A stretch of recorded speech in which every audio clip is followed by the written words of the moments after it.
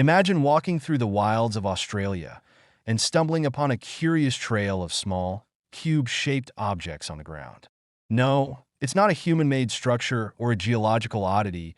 These are the droppings of one of Australia's most unique creatures, the wombat. Yes, you heard that right, wombat feces are cube-shaped. But why does this animal, which is already known for its stocky build and burrowing lifestyle, produce such strangely geometric droppings? The answer lies in a combination of biology, physics, and survival strategy. Wombats, with their powerful legs and claws, are expert diggers, carving out extensive underground burrows to live in. But they're also highly territorial animals, using scent marking to communicate and delineate their territory. To make sure their droppings don't roll away and lose their scent marking effectiveness, wombats have evolved to produce feces in a shape that defies the natural tendency of objects to roll. But how does this process work? It turns out that the wombat's digestive system plays a crucial role in shaping these cubic pellets.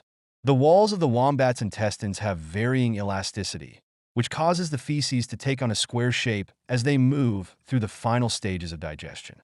The intestines stretch in some areas and remain tight in others, gradually molding the feces into cubes before they are excreted.